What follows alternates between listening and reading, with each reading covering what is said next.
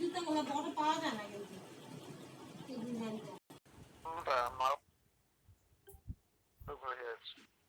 এখন তো দেখার কেউ নেই না, এখন তো দেশের গার্জেন বলে কিছু নাই, এরা 2G নেটওয়ার্কের সাপ্লাই এরা 4G বলে চালাচ্ছে, কেউ কোনো দেখার নাই বলার নাই কিচ্ছু,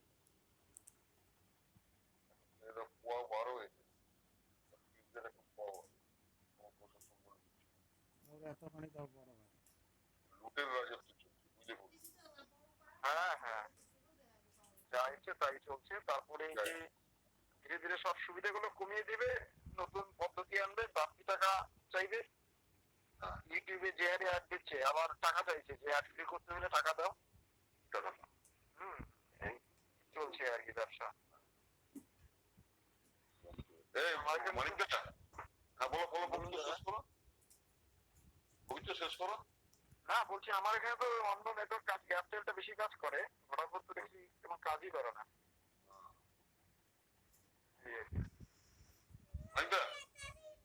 বলুন দাদা। শুরু করো, শুরু করো, শুরু করো। 10 জন? হ্যাঁ ঠিক আছে, নো প্রবলেম। সেগুলো আসেনি দেখা যাচ্ছে, ছোট ছোট আসেনি।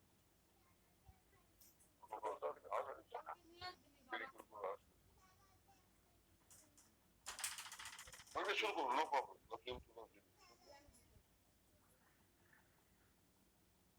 ঠিক আছে, 1 মিনিট।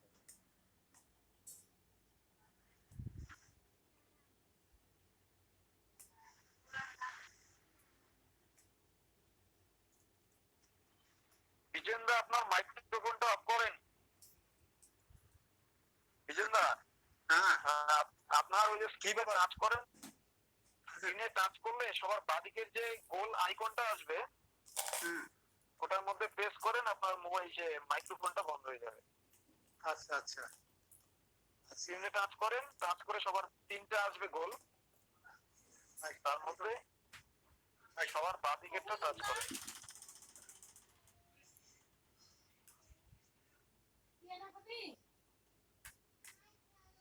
হ্যাঁ হ্যাঁ হ্যাঁ, হয়েছে হয়েছে।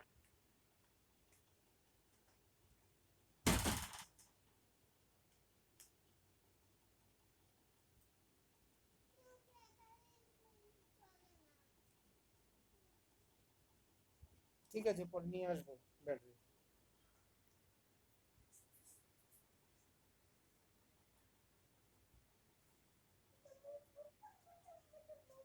বন্ধা বন্ধা,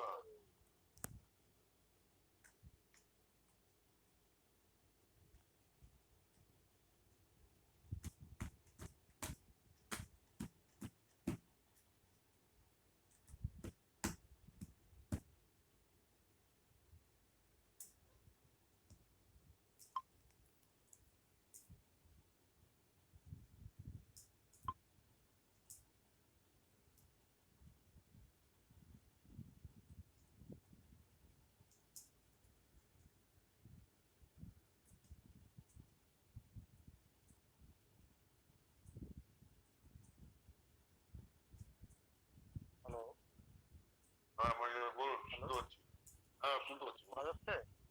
হ্যাঁ ক্লিয়ার। শুরু করবো? হ্যাঁ শুরু করুন, শুরু করুন, নো প্রবলেম। তাদের হয়ে গেছে। আমার আমার আমার মিটিং এর দিনে নেটওয়ার্কের প্রবলেমটা বেশি থাকে, আর শ্রোতার সংখ্যাটাও কম থাকে। যাই হোক, আওয়াজ চান।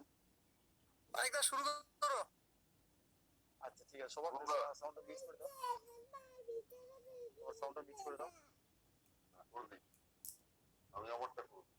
নেই, আর নেই, আর নেই, তো এই যে হয়ে গেছে। প্রণাম নেবেন আমার সকলে, সকলকে প্রণাম। শুনতে পাচ্ছেন সকলেই বোধহয়? শোনা যাচ্ছে, শোনা যাচ্ছে। ঠিক আছে, তো আমি বলতে চেয়েছিলাম অনেক কিছু, যাই হোক বিচার দেখা যাক কতটা তিনি বলার। দার্শনিক ঋষি প্রভাত রঞ্জন সরকার উনি একজন বিখ্যাত দার্শনিক বটে, কিন্তু তিনি আমার অত্যন্ত প্রিয় শ্রদ্ধার না পারে না লিখলে তো শিখবা কবে থেকে লেখো না ভুলে গেছো গা এত কথা বলতে তোরা ভালো জানেন লাগে না সকলেই বলে যে বলছি একটু লেখ না তাড়াতাড়ি সংস্কৃতে বপ্র শব্দ থেকে বাবা শব্দটা এসেছে।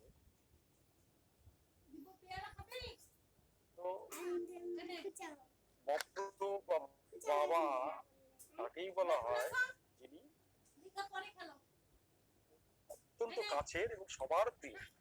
বিট লবণ ছড়ালে একটু ছড়াই দিতে হয়। তাকেই বাবা। লবণ দিব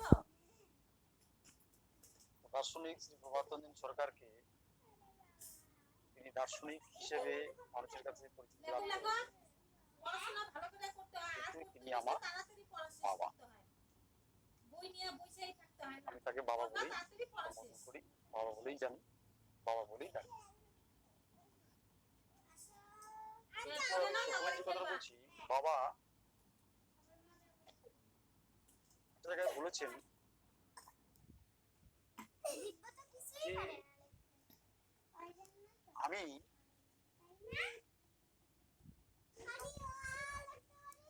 বোবাকে নিয়ে সব ভুলে যায় মানুষ না লেখলে সব ভুলে আসল যায় বাবু। লবণ দিছি না আমি লিখে নাও যে ঘোড়া চলতে পারে না, লিখে ল্যাংড়া নাও ঘোড়া, তাকে দিয়ে আমি হিমালয় চক্রে, লিখে নাও লিখে নাও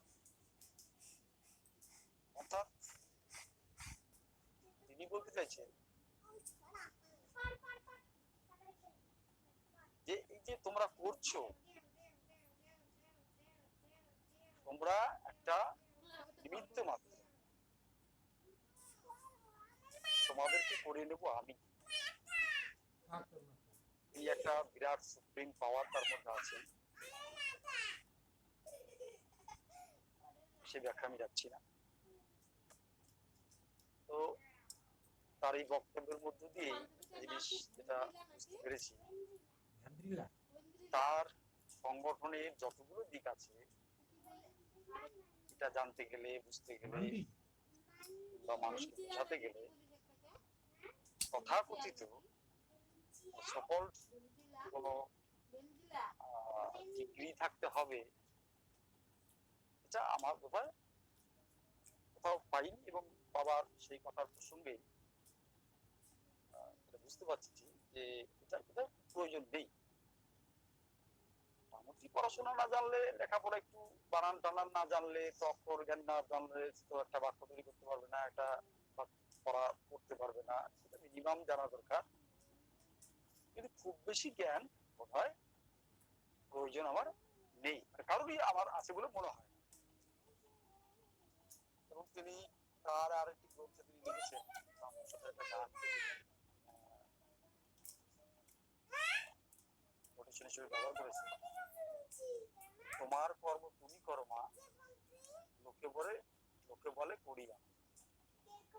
অর্থাৎ তুমি সব করছো, আমি নিমিত্ত মাত্র, সব তোমার। আমরা গঙ্গা জলেই গঙ্গা পুজো করি।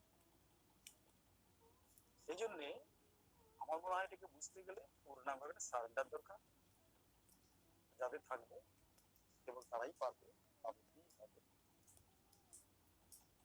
আর এটা আশা করি আমাদের এই প্রাউড সমাজ আন্দোলনের মধ্যে যারা আছেন সকলেরই সেটা আছে। বৃহত্তর কাজ করতে গেলে বাধা বিপত্তি, ঝড় ঝাপটা আসবেই। জঙ্গলের সব থেকে বড় গাছটা যেটা থাকে তার মধ্যে ঝড়টা, ঝড়ের হাওয়াটা গিয়ে বেশি লাগে, এই প্রকৃতির নিয়ম। যাই হোক, এবার বিষয়টা আমি যাচ্ছি অর্থনীতি। একটা সমাজ বা একটা রাষ্ট্র চালাতে গেলে সবার আগে যেটা দরকার, যতগুলো দিক দরকার তার মধ্যে অর্থনীতি যেটা এবং দেশের সমস্ত মানুষকে সেই সম্পর্কে তো ধারণাও থাকতে হবে। তা না হলে খালি তো ভাতি মানুষের মধ্যে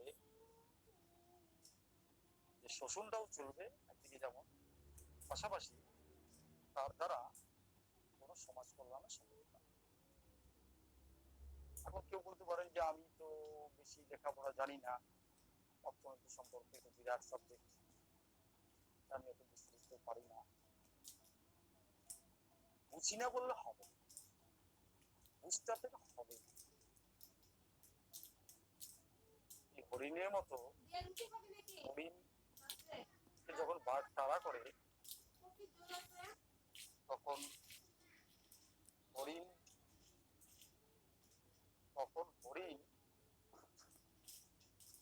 কি মাথাটা জঙ্গলের মধ্যে ঢুকিয়ে দেয়, আর তার সমস্ত শরীরটা বাইরে থাকে। হরিণ ভাবে আমি যখন কাউকে দেখতে পাচ্ছি না, অথবা আমাকেও আর বাঘ দেখতে পাচ্ছে। হরিণ কিন্তু বাঘ শিকার করতে চলে যায়।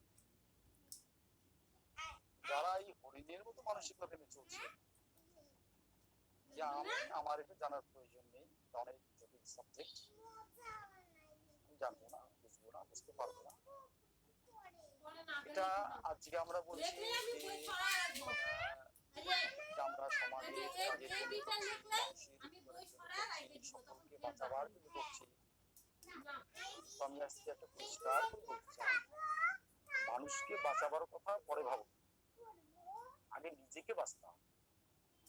আপনি নিজেই যদি বাঁচতে না পারেন, অন্যকে বাঁচাবেন। যে ভয়াবহ অবস্থা আমাদের গোটা বিশ্বব্যাপী, ভারতবর্ষের তথা বাংলাদেশে আসছে আগামী দিনে, তাতে করে যারা প্রতিষ্ঠিত আজকের জীবনে, যারা হয়তো বড় বড় অফিসার র্যাঙ্কে চাকরি বাকরি করেছে, কিন্তু আপনারা কি কেউ গ্যারান্টি দিয়ে বলতে পারবেন যে আপনার ছেলে মেয়ে, তার পরবর্তী প্রজন্ম, তারা কোথায় থাকবে, কোন সমাজ ব্যবস্থায় থাকবে, তাদের কর্মসংস্থান হবে কিনা? এই যে একটা মানুষের যে মিনিমাম, যে ন্যূনতম যে প্রয়োজন, 5টা ফান্ডামেন্টাল রাইট মানুষের অধিকার, এটা সে পাবে কিনা এই সম্পর্কে কিন্তু কেউই আমরা বলতে পারি না।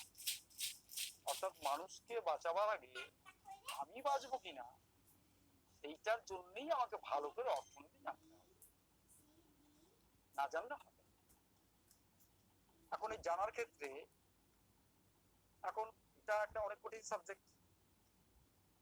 তা তিনি ভালো শিক্ষক, তিনি সমস্ত স্তরের, সর্বস্তরের সমস্ত মানুষকে তিনি ভালো করে বোঝাতে পারবেন। সকলেই তো আর খুব ভালো ব্রিলিয়ান্ট স্টুডেন্ট হয় না, অনেকে একটু কম বোঝে, তার থেকে একটু বেশি বোঝা স্টুডেন্ট আছে, তার থেকেও ভালো স্টুডেন্ট আছে। সব ফার্স্ট থেকে স্টুডেন্ট যারা, তো তাদের জন্য আমি অঙ্কটা বুঝিয়ে দিলাম, কিন্তু পরবর্তী স্টুডেন্টরা বুঝলো না, এটা কোনো ছাত্রের ব্যর্থতা হয়, মাস্টারমশাইয়ের ব্যর্থতা, তিনি বোঝাতে পারবেন। অর্থাৎ একদম সাধারণ করে বোঝাতে হবে। তাহলে যত সাধারণ করে বোঝানো সম্ভব তত সাধারণ করেই মানুষকে বুঝতে হবে, বোঝাতে হবে। প্রথমে আগে নিজেদের বুঝতে হবে, নিজেদের বাঁচাতে হবে। এবার আমি আসি মূল অর্থনৈতিক প্রশ্ন। আমাদের যে প্রচারটা আমরা করছি প্রাউটের মূল জিনিসটা কি না, একটা সুসন্তুলিত একটা অর্থনৈতিক তত্ত্ব সমাজে প্রতিষ্ঠিত করতে হবে। সেটা করতে গেলে অনেকগুলো পদ্ধতি মেনটেন করে আমাকে ধীরে ধীরে সমাজে প্রতিষ্ঠা আনতে হবে। সেটা বিভিন্ন সময়, বিভিন্ন সেন্টিমেন্ট, বিভিন্ন ধরে আমাকে হতে পারে। ধরা যাক আমি একটা মহাশূন্যে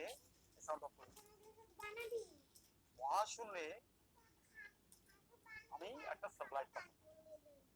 স্যাটেলাইটটা পাঠানোর জন্য আমার একটা রকেট পাঠাচ্ছি, কিন্তু আমি রকেটটা কেন চাই? আর স্যাটেলাইটটা পাঠাতে গেলে আমার রকেটটা দরকার, রকেটটা বয়ে নিয়ে যাবে স্যাটেলাইট।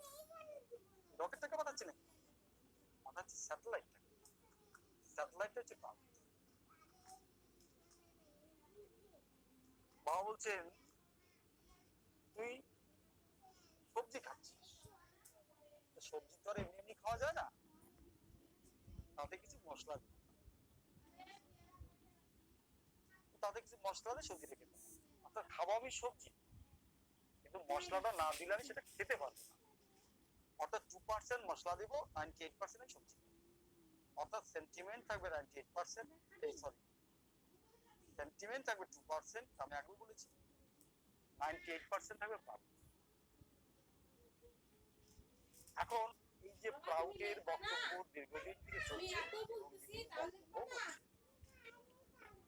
কই খাই নিচ্ছিস তুই? তো অনেকেই ইতিমধ্যে অনেকেই জানতেন আগের থেকে, এবং ইতিমধ্যে যাদের একটু জানা একটু আমি ঘাটতি ছিল তারাও জেনে গেছেন। অনেক বড় বড় তাত্ত্বিকরাও এই সম্পর্কে আলোচনা করেছে মোটামুটি। গোটাটাই একবারে ঢুকায় না। তো হাত দিয়ে বের করো আমি হাত। আজকে খুব একদম জিস জায়গা দিতে চাই, এটা বেশি নিয়ে লাভ নেই। সময়টা অনেক বড়। ঢুকা ওখানে। এখন করে এই যে অর্থনীতির মূল বক্তব্যটা কি? এটাকে দাও। খায় না করে আরো অর্থনীতিটা কি, ওটার বক্তব্যটা কি, তার লক্ষ্যটা কি এবং বেসিক জিনিসটা কি? অর্থনীতির মূল বক্তব্যটাই হচ্ছে উৎপাদন এবং বন্টন। অর্থাৎ উৎপাদনটা করতে হবে সমস্ত মানুষের বেঁচে থাকার প্রয়োজনের জন্য যতটা উৎপাদন করা দরকার ততটা উৎপাদন চাই, আর বন্টন ব্যবস্থাটাও যেন সঠিকভাবে হয়। মার্ক্সবাদের আলোচনা হয়েছে, এবং মার্ক্সবাদ সম্পর্কে আপনারা সকলেই জানেন, আমি সেই গভীরে যাব না।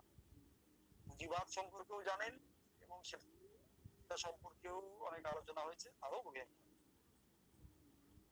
কিন্তু দুটো জিনিস আমি শুধু একটু বলে তার আরো গভীরে যাচ্ছি।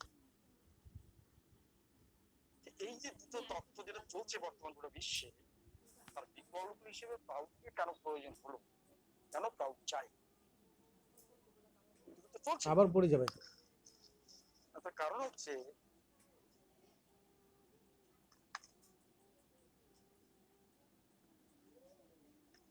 এই যে উৎপাদন, ধরা যাক মার্ক্সবাদের তো নির্দিষ্ট সেরকম কোনো পরিকল্পনা নেই, একটা জগা খিচুড়ি একটা প্ল্যানিং, সেটাকে রাষ্ট্রীয় কাঠামো দ্বারা একটা রূপ দেওয়া হয়েছে। পরিচালনা করবে রাষ্ট্র, তুমি খাটবে, এর সঙ্গে তোমার লাভ লসের কোনো সম্পর্ক নেই, আর তোমার যতটা প্রয়োজন তুমি ততটা নেবে। ধরা যাক একজন স্কুলের শিক্ষক, প্রাইমারি স্কুলের শিক্ষক, তিনি প্রাইমারি স্কুলের শিক্ষকতা করে তিনি বেতন তুলছেন হেডমাস্টার মশাই প্রায় 40-50 হাজার টাকার কাছে, 50,000 টাকা বেতন তুলছেন। যারা নতুন ঢুকেছেন তারাও না হোক অন্তত 30-35 হাজার টাকা বা 25,000 নিচে কেউ নয়,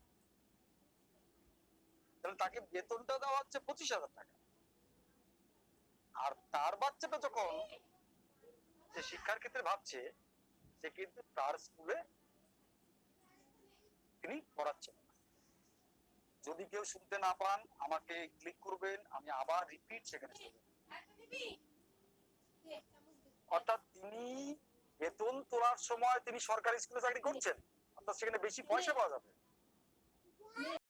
আর তার বাচ্চাটাকে যখন তিনি পড়াচ্ছেন, তিনি একটা বেসরকারি স্কুলে পড়াচ্ছেন। তিনি জানেন যে সরকারি স্কুলগুলোতে পড়াশোনা ভালো হয় না, এরকম ভুরি ভুরি উদাহরণ আছে। আমি একটা ইত্যাদি একটা স্কুল দিলাম, তিনি তার প্রাপ্যটা বুঝে নেওয়ার জন্য সরকারি কাঠামোটাকে আবার পেয়ারা নিচ্ছে, কিন্তু তিনি তার যে আন্তরিকতা, তার বিনিময়ে যে উৎপাদন, অর্থাৎ আমি যে পাচ্ছি, আর উৎপাদন শব্দটা যদিও কৃষি ক্ষেত্রে এবং শিল্পের ক্ষেত্রে হয়, শিক্ষকতার ক্ষেত্রে উৎপাদন তো হবে না। তার একটা তার যে শিক্ষকতা করার, ছাত্রকে মানুষ করার ক্ষেত্রে যে তার কন্ট্রিবিউশন, তার যে আন্তরিকতা, আমি এটুকু উৎপাদনই বলছি, যে অন্য সাবজেক্ট আমি যাবো না বলে। তাহলে তিনি বেতনটা ঠিক বুঝে নিচ্ছেন, তার মাইনেটা যদি কোনো মাসে কিছু কেটে নেওয়া হয়, তিনি মিছিল করছেন, লোক দেখানো অনশন করছেন, সমস্ত পার্টির আলাদা আলাদা সংগঠন থাকা সত্ত্বেও তারা আবার একত্রিত হয়ে তারা এই মিছিল মিটিং করে তাদের দাবি দাবা আদায় করে নিচ্ছে। কিন্তু তার স্কুলে কতজন ছাত্র শিখলো তার সঙ্গে তার কোনো যোগাযোগ নেই। সব চলে যাক, উচ্ছনে যাক, গেল এটা নিয়ে আমার দেখার দরকার নেই। আমার মাইনেটা পেলেই হলো। এটা হচ্ছে মার্ক্সবাদের রাষ্ট্রীয় কাঠামো, এটা ডিফেক্ট। গণতন্ত্র কি বলছে? ধরা যাক এই স্কুলটাই বেসরকারি স্কুল, তুই ওখানে খায় শিল্পপতির পরিচালিত স্কুল। সেখানে খুব অনেক যোগ্যতা সম্পন্ন ছেলে মেয়েদের নাম হবে। যে সরকারি স্কুলগুলোতে যে ঘুষ টুস দিয়ে পার্টির ক্যাডার দিয়ে চেলাচামুন্ডা ধরে যে চাকরিটা বাগিয়ে নেওয়া হয়, নাম্বার একটা নাম্বারই একটা মানুষের গুণের। আবার এবার যদি পড়ে সরকারের মানুষের সমাজ বইতে শিক্ষা সম্পর্কে বাবা যেটা বলেছেন যে নাম্বারটাই শুধুমাত্র শিক্ষকতা করার ক্ষেত্রে তোমার মাপকাঠি নয়, তার দায়িত্ব বিরাট। এবার সেক্ষেত্রে নাম্বারের ভিত্তিতে কাজকর্মগুলো হচ্ছে, চাকরি বাকরি হচ্ছে। কিন্তু বেসরকারি স্কুলগুলোতে যখন আবার চাকরি নিয়োগ করা হচ্ছে, সমাজের সবচাইতে উচ্চতরের যারা স্টুডেন্ট, নাম্বারের ভিত্তিতে হয়তো তাদের একটু কম বেশি কারণ থাকতে পারে, না থাকতে পারে, সেটা আলাদা কথা। কিন্তু উপযুক্ত শিক্ষকতার যোগ্যতা নিয়ে তারা এই স্কুলগুলোতে ঢুকছেন। তারা যে পদ্ধতিতে ছাত্রদের পড়াশোনা শেখাচ্ছেন সেখান থেকে বেরিয়ে গিয়ে ডাক্তার, ব্যারিস্টার, উকিল, মুক্তার, হাকিম এসব হচ্ছে। আর ওই প্রাইমারি স্কুলগুলো থেকে যারা পাশ করে বেরোচ্ছেন তারা বেরোচ্ছে নেপাল আর গোপাল। তাদের হয় চোলাই মদের দোকান খুলতে হবে, আর তা নাহলে বড়া পাপড়ের দোকান। এই তো এই শিল্প। এবারে এই যে বেসরকারি স্কুলগুলোতে যারা খাটছেন এত দরদের সঙ্গে, যে ছাত্রগুলোকে পড়াচ্ছেন দরদের সঙ্গে, সেখান থেকে যে ভারতবর্ষের যে নাম করা সমস্ত মানে জুয়েল সমস্ত লোকেরা চলে আসছেন, এরা কিন্তু এই সমস্ত ধরুন সেন্ট মেরিজ, জন বস্কো, বিভিন্ন আরো সব বড় বড় নামি দামি স্কুল যেগুলো সব বেসরকারি স্কুল থেকে, এবং সেখানে শিক্ষকতা যারা করছেন সেখানে বন্টনের ক্ষেত্রে তাদের নামমাত্র পারিশ্রমিক দেওয়া হচ্ছে। অর্থাৎ সেখানে উৎপাদনটা হচ্ছে বেশি। এখানে আবার আমি উৎপাদন ধরলাম, কেন বলছি যে আমি অন্য ক্ষেত্রে যাচ্ছি না, উৎপাদন কথাটা ব্যবহার হবে কৃষি এবং শিল্পের ক্ষেত্রে, কিন্তু যেহেতু আমি শুধু শিক্ষকতা দিয়ে বোঝাচ্ছি সেই জন্য এটাকেও উৎপাদন যেটা বলছি। অর্থাৎ তার কাছ থেকে সমস্ত শ্রমটা নিংড়ে নিচ্ছে। সেই স্কুলে চাকরি করার জন্য, সেই স্কুলের ছাত্রদের মানুষ করার জন্য যত রকম তার ক্ষমতা, যত রকম গুণ তার মধ্যে সম্ভাবনা রয়েছে, সমস্ত কিছু নিংড়ে নিয়ে এই ক্লাসগুলো শোনো, ডাকো এদিকে বসে বসতে বলো, ডাকো কৃষককে ডাকো কিনা, তো তার সমস্ত গুণ নিংড়ে নিচ্ছে, নিয়ে সেখান থেকে খুব ভালো ভালো ছাত্র তৈরি হচ্ছে। কিন্তু তাকে দেবার ক্ষেত্রে, বন্টনের ক্ষেত্রে তাকে নামমাত্র বেতন দিচ্ছে। অর্থাৎ সরকারি কর্মচারী যা বেতন পান তার 4 ভাগের 1 ভাগ, 5 ভাগের 1 ভাগ, 6 ভাগের 1 ভাগ, কোথাও কোথাও 10-12 ভাগের 1 ভাগ হতে পারে। অর্থাৎ সেখানে বন্টনের নীতিটা ঠিক নেই। এটাই হচ্ছে অর্থনীতির মূল কথা, উৎপাদন এবং বন্টন। উৎপাদন করতে হবে কতটা, না প্রাউড বলছে ম্যাক্সিমাম ইউটিলাইজেশন, অর্থাৎ সর্বাধিক। এই সর্বাধিক উপযোগ কথাটার মধ্যেও একটা কিন্তু ফাঁক রয়ে গেছে, সেটা পরিষ্কার হলো। সর্বাধিক উপযোগ মানে ধরা যাক আমার ভারতবর্ষে আলু দরকার 1 বছরে 20 লক্ষ বিলিয়ন টন আলু প্রয়োজন, তারপর প্রয়োজন কোম্পানি। এবার আমি আলু চাষ করে ফেললাম 40 লক্ষ বিলিয়ন টন, এটা হচ্ছে ওয়েস্টেজ। এটা কিন্তু বাকি 20 লক্ষ বিলিয়ন টন এটা কিন্তু নষ্ট হয়ে যায়, এটা প্রয়োজন নেই। আর পৃথিবীতে এই প্রাকৃতিক সম্পদ কিন্তু অসীম এবং অনন্ত নয়, সীমিত। আজকে যদি আমি বেশি উৎপাদন করে ফেলি এটা এমন একটা সময় আসতে পারে তখন এই উৎপাদনটা অনেক ঘাটতি হয়ে যাবে, তখন তো ফসলের উৎপাদনের ক্ষমতাটাই কমে যাবে। তাহলে কতটা উৎপাদন করতে হবে? যতটা উৎপাদন করলে সমস্ত মানুষের এই সামূহিক চাহিদাগুলো মিটবে, কেবল ততটাই উৎপাদন করতে হবে এই মানুষের এই প্রয়োজনগুলো মেটাবার জন্য। সেটাকে বলা হচ্ছে ম্যাক্সিমাম ইউটিলাইজেশন। আজকে কি হচ্ছে না, প্রাকৃতিক সম্পদে ভরপুর, কিন্তু ম্যাক্সিমাম ইউটিলাইজেশন হচ্ছে না। হচ্ছে না বলেই স্বপনদারই একটা লেখাতে দেখেছিলাম, বোধহয় 800 গড়ে প্রতিদিন শিশু মৃত্যুর হার, না খেতে পাওয়া মানুষের শিশু মৃত্যু। আর বিশ্বে বোধহয় এটা কত দাঁড়াবে হিসাবটা আমার নেই, হিসাবটা আমার কাছে নেই, বলে দিতাম।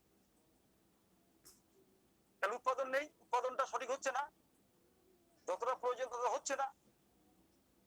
আবার কোথাও কোথাও উৎপাদনটা যখন বেশি হয়ে যাচ্ছে, তখন শিল্পপতিরা এই যে পুঁজিপতি গোষ্ঠী, যে পুঁজিপতি কাঠামো, আমরা কিন্তু কোথাও বলবো না টাটা বিড়লার কালো হাত ভেঙে দাও, উড়িয়ে দাও, সিপিএম বলবে। টাটা আমার শত্রু নয়, রিলায়েন্স আমার শত্রু নয়, এই কাঠামোটা আমার শত্রু। এই যে ধনতান্ত্রিক কাঠামো, এই যে রাষ্ট্রীয় কাঠামো, আমরা নরেন্দ্র মোদী আমার শত্রু নয়। এখানে আজকে নরেন্দ্র মোদী আছে, কালকে নীরব মোদী আসবে, কালকে অমুক বাবু যাবে, তমুক বাবু পাল্টাবে। কোন ব্যক্তির কোনো দাম নেই।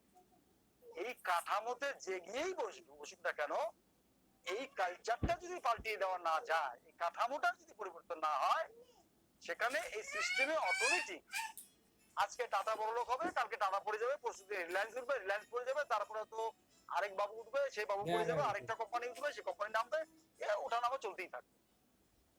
আরেক দল মানুষ হাহাকার, না খেতে পেয়ে মৃত্যু মিছিলে মৃত্যু পথযাত্রী সেই পথে ঢুকতে থাকে। কাঠামোটার পরিবর্তন। তাহলে কোথাও কোথাও যখন দেখা যাচ্ছে যে ফসল উৎপাদনটা মানুষের যা প্রয়োজন তার থেকে বেশি হয়ে যাচ্ছে, তখন এই ধনতান্ত্রিক কাঠামোতে এই পুঁজিপতি গোষ্ঠী সেটার মিসইউজ করে, একটা সময় শোনা গেছিল যে চাউলের এত উৎপাদন হয়েছিল যেটা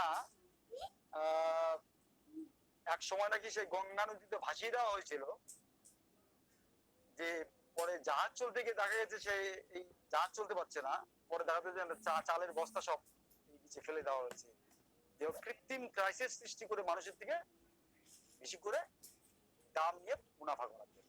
অত মানুষ না খেতে পারে, না খেতেই ওই চলতে চলবে। আমি একটা মোটামুটি হিসাব দিচ্ছি, 2014 একটা হিসাব।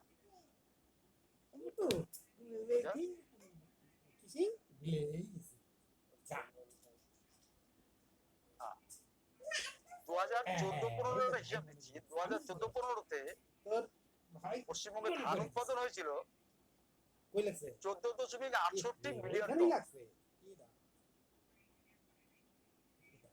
সেটা 2016-17-তে গিয়ে এটা বেড়ে আবার হয়েছে 15.75 মিলিয়ন টন।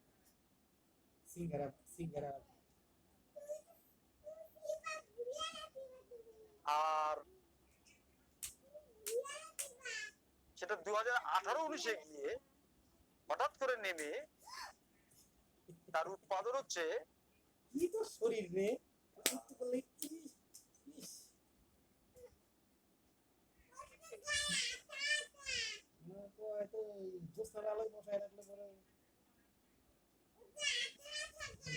আমার গা ফসকা পড়ে পুড়ে গেল গো, চাঁদের আলো। 52 lakh ton, only 52 lakh ton. অর্থাৎ যেটা 2014-15-তে যত মিলিয়ন টন হয়েছিল, অর্থাৎ 14.68 মিলিয়ন টন, সেটা 2016-17-তে হলো বেড়ে 15.75 মিলিয়ন টন। সেটা 2018-19-এ গিয়ে নেমে মাত্র 52 লাখ টন, মাত্র 52 লাখ টন। অর্থাৎ 10 লাখ মিলিয়ন টন সমান সমান তোমার খাতায় বাবা দেখো চাকরি লিখে ফেলতেছে কিন্তু 10 লাখ মিলিয়ন টন, তুই লিখছিস 1 billion ton. 10 lakh million ton সমান সমান 1 লাখ মিলিয়ন টন। আর 10 লাখ মিলিয়ন টন মানে 1 বিলিয়ন টন, লক্ষ্মী বানাচ্ছে 1000 বিলিয়ন টন, 1 বিলিয়ন টন। তাহলে বুঝতে পারছেন কিভাবে এই উৎপাদনটা কোথা থেকে কোথা কিভাবে দামে দামে নেমে যাচ্ছে। এটা হচ্ছে সমস্যাটা সৃষ্টি করছে এইভাবে কৃত্রিম ভাবে। তো ক্লাউড বলছে যতটা প্রয়োজন ততটারই উৎপাদন হবে, বাড়তি কোনো চাষ হবে না। এটাই হচ্ছে সর্বাধিক উপযোগের মূল লক্ষ্য। সর্বাধিক উপযোগ মানে যত ইচ্ছে তত কিছু করে দাও তা না, মানুষের প্রয়োজনে যতটা চাষ করা হবে ততটাই দরকার চাষ হবে, বাড়তি চাষ করা হবে না।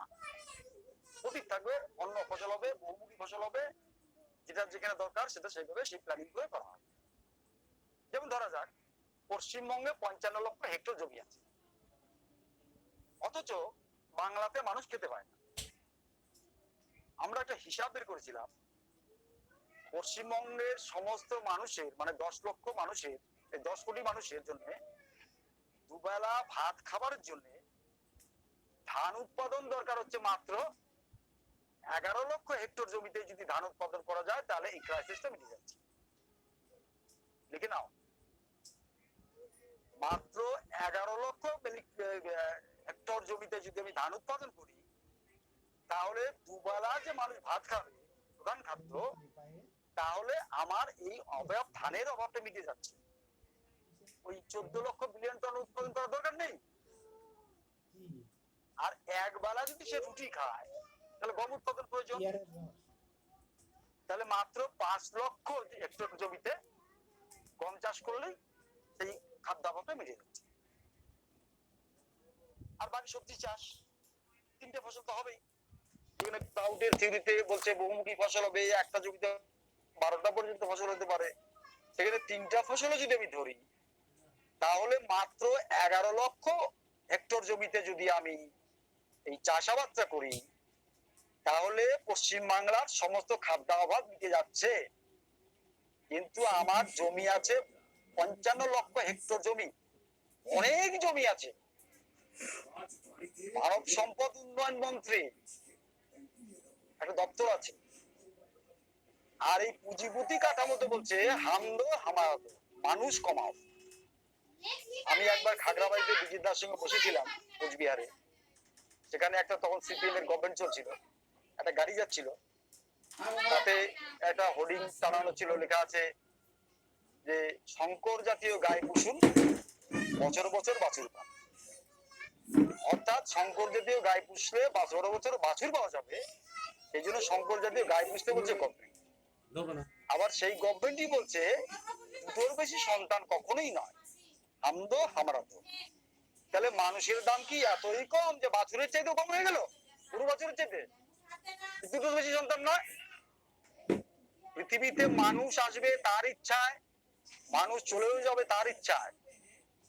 অনেক বড় বড় ডাক্তার বাবু, অনেক বড় বড় পয়সাওয়ালা লোকেরা আছে, একটা সন্তানের জন্য কোটি কোটি টাকা দিতে প্রস্তুত,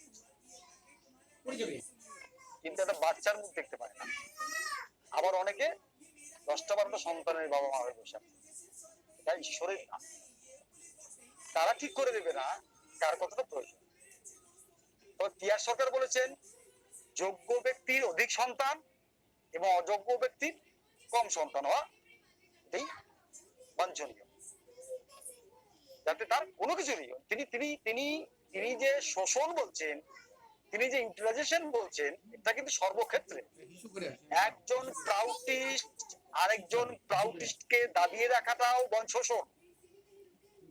একজন প্রাউটিস্ট তার বাড়িতে সংসার চালাবার জন্য মাসে 20,000 টাকা হলেই হয়, কিন্তু তিনি মাসে রোজগার করেন 1 লক্ষ টাকা, তিনি সংসারে ব্যয় করেন 60,000 টাকা, এটাও শোষণ।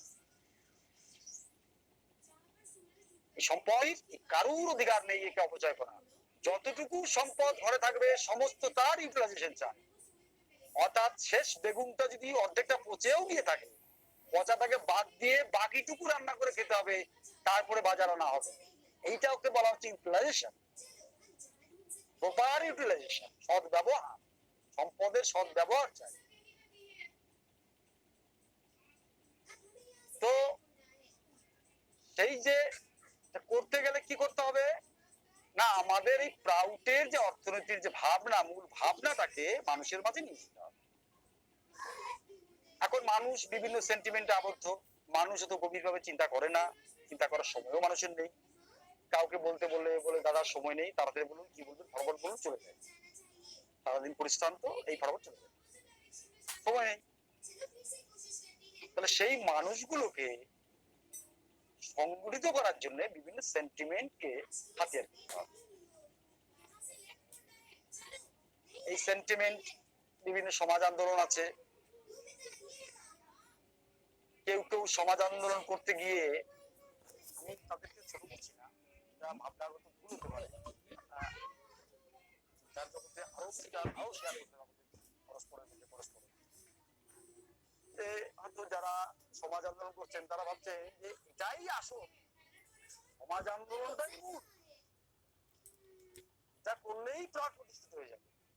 মানে ভাবনা এরকম যেন প্রাউডটা আছে সমাজ আন্দোলনের ভেতরে, কিন্তু কথাটা তা না। প্রাউডটাই আসল, প্রাউডের মধ্যে আছে সমাজ আন্দোলন। তুমি সমাজ আন্দোলনকে প্রতিষ্ঠিত করবে কিসের, প্রাউডকে প্রতিষ্ঠিত করবে কি করে না, সমাজ একটা সেন্টিমেন্টকে হাতিয়ার করে মানুষকে সংগঠিত করে এই সরকারের উপরে চাপ সৃষ্টি করে হোক বা সরকারকে ফেলে দিয়ে হোক, মানুষকে সংগঠিত করতে হবে সমাজ মুভমেন্টের মধ্য দিয়ে। মহাভারতের একটা গল্প প্রসঙ্গে পিয়ার বাবা একটা নমামি কৃষ্ণ সুন্দরম বই লিখেছেন যে কৃষ্ণকে বাদ দিলে মহাভারত থাকছেন না, মহাভারত কিছুই থাকে না কৃষ্ণকে বাদ দিলে। মহাভারতের নায়ক হচ্ছে শ্রীকৃষ্ণ, কিন্তু মহাভারতকে যদি আমি বাদ দিয়ে দিই কিন্তু কৃষ্ণ থাকছেন, কিন্তু ছোট হয়ে যাচ্ছে, ছোট হয়ে থাকছেন। মহাভারতটা অনেক বেশি বড় হলো, কিন্তু কৃষ্ণকে বাদ দিলে মহাভারত কিছুই থাকছে না, তার অস্তিত্বই থাকছে। অর্থাৎ প্রাউডকে বাদ দিলে সমাজ আন্দোলন বলুন আর কৃষি আন্দোলন বলুন, কোন আন্দোলনই থাকছে না। আবার প্রাউড যদি থাকে, বিভিন্ন সময় বিভিন্ন সেন্টিমেন্টকে হাতিয়ার করে প্রাউডকে এস্টাবলিশ করা হবে। আজকে আমরা বলছি কৃষি সেন্টিমেন্ট, কেন বলছি? ভারতবর্ষ কৃষি ভিত্তিক দেশ, এখানে ৮০% লোক কৃষির সঙ্গে যুক্ত। তাই আমরা কৃষি সেন্টিমেন্ট দিচ্ছি সারা ভারতবর্ষের সেন্টিমেন্টের জন্য।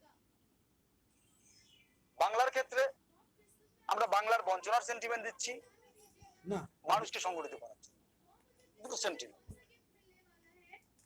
তাহলে ভারতবর্ষে যেহেতু ৮০% লোক কৃষির সঙ্গে যুক্ত, আর এই ৮০% লোকই বঞ্চিত, সকলে নিচে পড়ে আছে, তাই তাদেরকে তুলতে হবে। তাদেরকে সংগঠিত করতে পারলে, তার ৪০% মানুষকে যদি আমি সংগঠিত করতে পারি, তাহলে সরকারটা আমার পাল্টে যায়। স্বপনদার একটা কলেজের একটা ক্যান্টিনের একটা সুন্দর গল্প লিখেছিলেন, গ্রুপে দেওয়া আছে, পড়ে নেবেন। যে ৮০% লোক বিভক্ত, ২০% লোক সংগঠিত হতো, তাদের কথাতেই সেই ক্যান্টিন চলে। ২০% লোক ৮০% লোক একত্রিত হলেও তারা বিভিন্ন ভাগে বিভক্ত বলে তাদের কথা ক্যান্টিন শোনে না, খাবার দাবার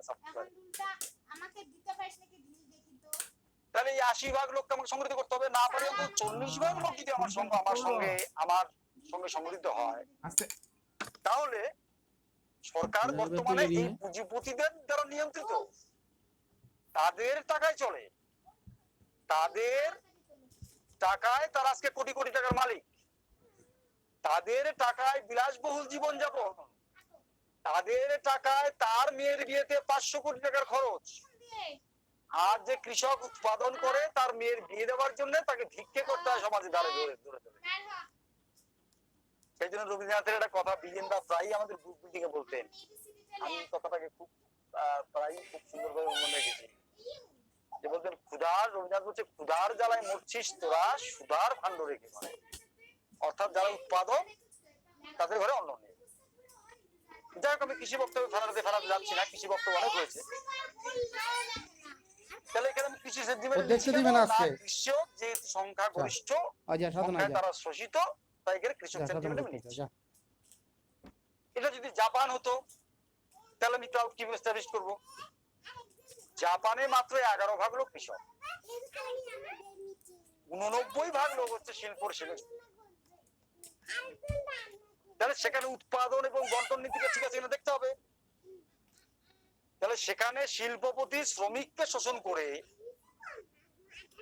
যে মুনাফাটা লুটে নিচ্ছে, সেখানে কিন্তু মোবাইলে কৃষি কৃষি বললে হবে না, সেখানে আমাদের শ্রমিক সংগঠন করে দিতে হবে, সেখানে করতে হবে শ্রমিক আন্দোলন।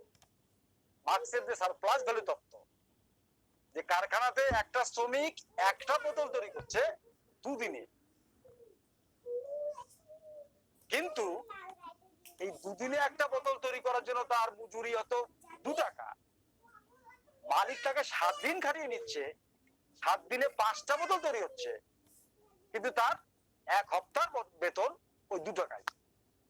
অর্থাৎ বাকি 4টে বোতলের যে শ্রমিকের যে প্রাপ্য, সেটা শ্রমিককে ঠকিয়ে এটা শিল্পপতি মুনাফা করে নিচ্ছে। মার্কস এটা বলেন সারপ্লাস ভ্যালু তত্ত্ব, যেটা বলেন এই মুনাফা মালিকের নয়, এটা থাকবে শ্রমিকের। যদিও সেটা করতে গিয়ে তিনি ব্যর্থ হয়েছেন, ক্রাউডের দৃষ্টিতে সেটা আলাদাভাবে হবে। তাহলে জাপানের ক্ষেত্রে আমাকে শ্রমিক আন্দোলন গড়ে তুলতে হবে। আবার দেখা যাক বিশ্বের এমন অনেক দেশ আছে, বাবা বলেছেন মানুষের সমাজ বইতে শিক্ষা সম্পর্কে যে প্রবন্ধটা বাবার আছে, তাতে তিনি লিখেছেন বিশ্বের অনেক দেশ আছে যেখানে একজন শিক্ষকের 1 মাসের মাইনে তার থেকে একটা বড়লোক বাড়ির কুকুর তার চেয়ে বেশি মাংস খায়। বুঝলে কথাটা? একটা বড়লোক বাড়ির কুকুর যে টাকার মাংস খায়, পৃথিবীতে অনেক রাষ্ট্র আছে, সেই সব রাষ্ট্রের একজন শিক্ষকের বেতন অত টাকা নয় 1 মাসে। তাহলে সেখানে যদি আমাকে প্রাউড এস্টাবলিশ করতে হয়, সেই মানুষগুলোকে সংগঠিত করতে হবে, তার মধ্যে করে সাজতে হবে। তাই প্রাউডের 5ম সিদ্ধান্তে পরিষ্কার কি বলা আছে না, স্থান কাল পাত্র ভেদে পরিবর্তনশীল। কি পরিবর্তন হবে না পলিসি, আর ঠিক থাকবে কি না প্রিন্সিপালটা। প্রিন্সিপাল কিন্তু পরিবর্তন হবে না, পরিবর্তন হবে কি পলিসি। জাপানে তুমি নিচ্ছ শিল্প শ্রমিক আন্দোলন, ভারতবর্ষে তুমি নিচ্ছ কৃষক আন্দোলন, কোথাও নিচ্ছ তুমি শিক্ষক সংগঠিত আন্দোলন। অর্থাৎ আমার শত্রু কেউ নয়, শিল্পপতিও নয়, শ্রমিকও নয়, কৃষকও নয়, বেকারও নয়, যুবকও নয়, কেউ নয়। সকলের সঙ্গে একটা সামঞ্জস্যপূর্ণ একটা অর্থনৈতিক আনতে হবে, অর্থনৈতিক তত্ত্ব এস্টাবলিশ করতে হবে, যে অর্থনীতিগুলো গণতন্ত্র এবং মার্ক্সবাদে ব্যর্থ, যে কারণে প্রাউড প্রবক্তা প্রাউড দর্শন দিতে হয়েছে। তাহলে পলিসিতে বললাম, তাহলে প্রাউডের প্রিন্সিপালটা কি না, প্রাউডের প্রিন্সিপালটা হচ্ছে যে স্বভাবটা হতে হবে প্রগতিশীল স্বভাবে। অর্থাৎ তুমি যে সিদ্ধান্তটা নিচ্ছ, তুমি বিভিন্ন প্রেক্ষাপটে বিভিন্ন স্থানকাল পাত্র ভেদে তুমি যে পরিবর্তনটা আনছো, সেই যে স্বভাবটা, তোমার যে পলিসিটা, তোমার যে প্রিন্সিপালটা, প্রাউডের যে মূল প্রিন্সিপালটা, এইটা হতে হবে প্রগতিশীল স্বভাবে। এটা হচ্ছে প্রিন্সিপাল। আর পলিসি তুমি বিভিন্ন সময় বিভিন্ন ভাবে নিতে পারো, এটা 5ম সিদ্ধান্তের মূল বক্তব্য। তাই আমরা ভারতবর্ষের ক্ষেত্রে কি বলছি না, আমরা একটা বাংলার একটা চিত্র এঁকেছি যে যদি প্রাউডটাকে এস্টাবলিশ করা যায় বাংলাতে, তাহলে কি দাঁড়াচ্ছে না, এই যে ভূমি সংস্কার তুমস্কার, এদিকে আমি যাচ্ছি না, সময় কম, পরে তো বলতে পারবো না। শেষ কথা, আসল কথায় নিয়ে আসি, এটাকে পয়েন্টেড করে একদম মাথায় ঢুকিয়ে দিতে হবে। ওই যে দেখবেন গরুর খুঁট, গরু মাঠে নিয়ে যায় না, ওই নিচের দিকটা চোখা, উপর দিকটা ভোতা, মানে মোটা থাকে, ওই চোখাটাকে নিচের দিকে দিয়ে উপরে পাড়া দিলে ঢুকে যায়। এরা একেবারে ঠিক ওই চোখা পয়েন্টেড করে মানুষের মাথায় ঢুকিয়ে দিতে হবে এখন জিনিসটাকে, আসল কাঠামোটাকে বোঝাতে হবে। তা না হলে আমি 72 ঘন্টা বক্তব্য দিলেও মানুষ কিছু বুঝতে পারবে না। আবার 10 মিনিট 15 মিনিট বা আধ ঘন্টা বললেও লোকে বুঝে যাবে। টু দ্য পয়েন্ট একদম করে ঢুকে দিতে হবে। তা আমরা কি বলেছি না, পশ্চিমবঙ্গের 55 লক্ষ হেক্টর জমি, পশ্চিমবঙ্গের কৃষক পরিবার হচ্ছে 5.5 কোটি কৃষক পরিবার এই কৃষিকাজে সংযুক্ত প্রত্যক্ষভাবে। তাহলে 5.5 কোটি লোক যদি কৃষির সঙ্গে যুক্ত থাকে, 55 লক্ষ হেক্টর জমিকে যদি ভাগ করা যায়, তাহলে প্রতি পরিবারে জমি আসে 1 একর অর্থাৎ 3 বিঘা।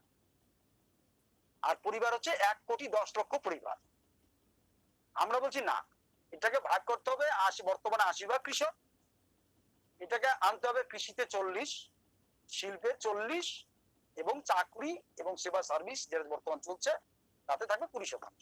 এটা বর্তমান রেশিও, ভবিষ্যতে তা চেঞ্জ হতে পারে, আবার বিভিন্ন রকম ভাবে আসতে পারে। এটা বর্তমান হিসাব করছি। বর্তমানে কৃষিতে 40, শিল্পে 40, কৃষিতে সেবা সার্ভিসে 20। এই হিসাবে যদি আমি একটা 1000 পরিবারের একটা নমুনা দেখাই, ধরা যাক একটা 1000 পরিবারের একটা গ্রাম, 1000 পরিবারের গ্রাম মানে 5000 লোক। এই 5000 লোকের একটা উন্নয়নের একটা গ্রাম, এটাকে যদি আমি ডেভেলপ করতে চাই, কোন মানে না মুম্বাই, হায়দ্রাবাদ, কলকাতা, দিল্লি, লখনৌ, এই সমস্ত বড় বড় শহরের মানুষের যে মান জীবনযাত্রা, ভিড় ভাট্টাটা অতটা থাকবে না, গাড়ি ঘোড়ার চলন বলনটা অতটা থাকবে না, কমবে, কিন্তু জীবনযাত্রার মানটা কিন্তু ওই স্ট্যান্ডার্ড লেভেলে চলে আসবে। সেই রকম একটা কাঠামো আমরা একটা গ্রাম ভিত্তিক করে দেখাচ্ছি। এটা চীন, রাশিয়া, আমেরিকা নয়। ওই সিপিএম এর মতো চীন কথায় কথা চীন, রাশিয়া, আমেরিকা চলে গেল, আমার এসব দরকার নেই। আমি যে ব্লকে থাকবো সেই ব্লকের হিসেব দিয়ে দেখাবো। আমি যে ব্লকে আছি আলিপুরদুয়ার ব্লক 2, তার হিসেবে আমি বলছি। এখানে যদি 1000 পরিবারের লোককে যদি আমি কৃষিতে রাখি, তাহলে 400 পরিবার নাকি? 1000 পরিবারের যদি রাখি আমি 400 পরিবার, তখন জমি কিন্তু 3 বিঘা থাকছে না, জমি হয়ে যাচ্ছে 6 বিঘা, 2 একর। আগে ছিল 1 একর, তো লোক যখন কমিয়ে দিলাম তখন হয়ে গেল 2 একর অর্থাৎ 6 বিঘা। শিল্পের থাকছে 400 পরিবার, 800, আর সেবা সার্ভিসে থাকছে 200 পরিবার, তাহলে 1000 পরিবার হয়ে গেল নাকি? বর্তমানে আমার তো মনে হয় না একটা ডিস্ট্রিক্টে বছরে 100 কোটি টাকার বাজেট হয় উন্নয়ন বাবদ। আমার মনে হয় না, আমি জানি না, যদি রিসেন্ট হিসেব আমার কাছে নেই, যেটা নেই সেটা আমি ভুলভাল বলবো না। আমরা বলছি একটা গ্রাম, এই 1000 পরিবারের একটা গ্রামকে ডেভেলপ করবো আমরা, প্রতি বছর তার বাজেট হবে 100 কোটি টাকা। 100 কোটি টাকা শুনতে পাগল হয়ে যাবে মানুষ, এত টাকা কোথা থেকে আসবে, কে দেবে? দিল্লি সরকার বলছে আমার তো টাকা নেই, ঋণে ডুবে আছি, রাজ্য সরকার ঋণে ডুবে আছে। আমরা বলছি তোমাদের কাউকে দেওয়ার দরকার নেই, টাকা আমার আছে। হরিণের নাভিতে যখন কস্তুরী হয়, হরিণ বুঝতে পারে না এত সেন্ট কোথা থেকে আসছে, পাগল হয়ে যায়। এই পাগল হয়ে হরিণটা বরং মারা যায়। আর এই চোরা শিকারীরা হরিণের নাভির থেকে কস্তুরী কেটে এনে অনেক বেশি দামে বিক্রি করে। তাহলে এই কৃষকদের নাভিতে আছে সেই কস্তুরী, কিন্তু তা আমরা জানি না। আমরা তাকিয়েছি দিল্লি কি ভিক্ষা দিবে, রাজ্য সরকার কি ভিক্ষা দিবে, তার উপরে। আমরা রেল বিক্রি হচ্ছে কি ধান বিক্রি হচ্ছে তার দিকে আমরা তাকাবো না। কাঠামোটা কি? রাষ্ট্রীয় পুঁজিবাদেরও বিরুদ্ধে আমরা, ব্যক্তি পুঁজিবাদেরও বিরুদ্ধে আমরা। তাহলে আমরা কি বলছি না, গণতন্ত্রীকরণও নয়, রাষ্ট্রীয়করণও নয়, আমরা বলছি সাধারণীকরণ। সাধারণীকরণ অর্থাৎ সমস্ত মানুষের অর্থের বিকেন্দ্রীকরণ ঘটাতে হবে। তাহলে এই 1000 পরিবারের একটা গ্রামকে ডেভেলপ করতে 100 কোটি টাকা প্রতি বছর আমি খরচ করব। কোথা থেকে আসবে টাকাটা? হিসাব দেখাই। 3 বিঘা জমি আমি চাষ করে আমি আলু করব। আমি প্রথমেই বলে দিয়েছি যেটা যতটা প্রয়োজন ততটা করা হবে। আমি একটা অ্যাপ্রক্সিমেট হিসাব দিচ্ছি, এটা ফাইনাল হিসাব নয়। এটা ঠিক করবে যখন সেই তথ্যটা স্টাবলিশ হবে, সেই সময়ের কৃষি বিজ্ঞানী যারা থাকবে তারা সেটা ঠিক করবে কোন জমিতে কোন ফসল কতটা ভালো হয়, কোন জমির থেকে কি কি ফসল ফলানো যাবে, তার উপর ভিত্তি করে কিন্তু সেটা ঠিক হবে। আমি জাস্ট একটা হিসেব দেখানোর জন্য এটা বলছি। তাহলে 3 বিঘা জমিতে আমি আলু করি। এখন নরমালি 100 মণ আলু হয়, তখন উন্নত পদ্ধতিতে চাষ হবে, উন্নত বীজ, উন্নত গবেষণাগার, এই যে সেচ মাটি সেচ, এই সয়েল টেস্টিং সেন্টার। আমার গ্রামে সয়েল টেস্টিং সেন্টার নেই, হয়তো সারা জেলাতে একটা আছে। এখন এই আলু গাছটা বড় হতে গেলে কি কি মিনারেলস দরকার, অর্থাৎ কি কি সার এর প্রয়োজন, এর মাটিকে পরীক্ষা করে আমাকে দেখতে হবে, যেটা আছে সেটা দিতে হবে না, আর যেটা নেই সেটা দেওয়ার নামই হচ্ছে সার দেওয়া। ঠিক আছে? কিন্তু আমরা এখন অন্ধের মতো সার দিচ্ছি কেন না, আমার নিয়ন্ত্রণে কোনো ওই সয়েল টেস্টিং সেন্টার নেই। যদিও বা জেলা ভিত্তিক বা মহকুমা ভিত্তিক একটা আছে, সেখানে সঠিকভাবে সেটা সয়েল টেস্টিং হয় না। কেন যে বললাম, সরকারি কাঠামো, মাটি দিয়ে গেছে চাষি, একজনের মাটি একজনকে দিয়ে দিল, তোমার জমিতে সার দিয়ে দাও। পরে দেখা গেল সেই সার চাষটা মানে এমনিতেই আলু গাছটা ভালো হচ্ছিল, তার কথা মতো সার দিয়ে আলু গাছটা ধসা লেগে গেল, আলু গাছটা মরে গেল।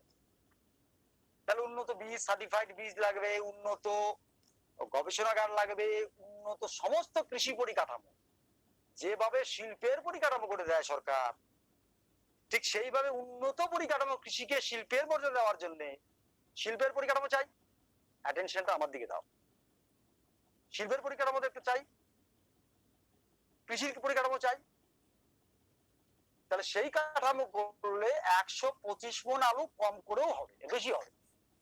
ধূপগুড়ির দিকে 125 মণ এখনই হয়, খোলটাতে, আলিপুরদুয়ার জেলার খোলটা ডিস্ট্রিক্ট, খোলটাতে 125 মণ হয়, জলপাইগুড়ি জেলার ধূপগুড়ি তাতে 125 মণ হয়, আবার কোথাও কোথাও 100 মণ হয়, কোথাও 60 মণ হয়। তো 125 মণ যদি আলু হয় মানে বিঘায় 50 কুইন্টাল, তাহলে 3 বিঘা আলু করব। 3 বিঘা আলু 3×50 150 কুইন্টাল। দাম কত? আমরা বলছি যেভাবে শিল্পের জিনিসের দাম ঠিক হয়, লাভ রেখে ঠিক সেইভাবে দাম ঠিক হবে। কারণ এই বক্তব্যগুলো ওরা হয়ে গেছে, আমি সেগুলো রিপিট করছি না। কিভাবে দাম ঠিক হবে, কে কি করবে, ওগুলাই বলছি না, ঠিক সেভাবে দাম ঠিক হবে। তাহলে আমি কৃষক, তখন আমি দাম ঠিক করবো, কারণ তখন আমার নিজস্ব হিমঘর থাকবে, আমার নিজস্ব গোডাউন থাকবে, সব আমার আন্ডারে থাকবে। তাহলে আলু 15 টাকা কিলো হিসেবে বিক্রি করলে আমার টাকা আসছে 2,25,000 টাকা 3 বিঘা জমিতে আলু চাষ করে। আর ধরো দেখ 3 বিঘা জমিতে আমি টমেটো চাষ করছি নাকি, তা 3 বিঘা জমিতে টমেটো চাষ করলে বর্তমানে চাষিরা বলছে, হ্যাঁ কম করেও অন্তত 300 মণ তো হয়, ভালো করে করলে 500 মণ পর্যন্ত বিঘাতে টমেটো আসবে, যদি এই উচ্চ মানে এইরকম পরিকাঠামো কৃষিকে দেওয়া যায়, যেভাবে শিল্প প্রতিনিধি দেওয়া হচ্ছে। আমি বাতিয়ে দিলাম, আমি 300 মণই ধরি। তাহলে 300 মণ টমেটো যদি বিঘায় হয়, তাহলে 3 বিঘায় আমি টমেটো কত পাচ্ছি? 900 মণ নাকি, 900 মণ মানে 360 কুইন্টাল। 360 কুইন্টাল টমেটো 15 টাকা কিলো ধরো যদি আমি দাম পাই, সেখানে দাম পাচ্ছে 5,40,000 একটা চাষে। অর্থাৎ একসঙ্গে আমি একটা যাবে 3 বিঘাতে আলু আর 3 বিঘাতে আমি টমেটো করলাম, একটা চাষ, কিন্তু তাতে আসছে আমার 7,65,000 টাকা একটা চাষে। আরো 3টে চাষ হবে, আরো 2টো চাষ হবে, কম করে আরো 2টো চাষ হবে। তাহলে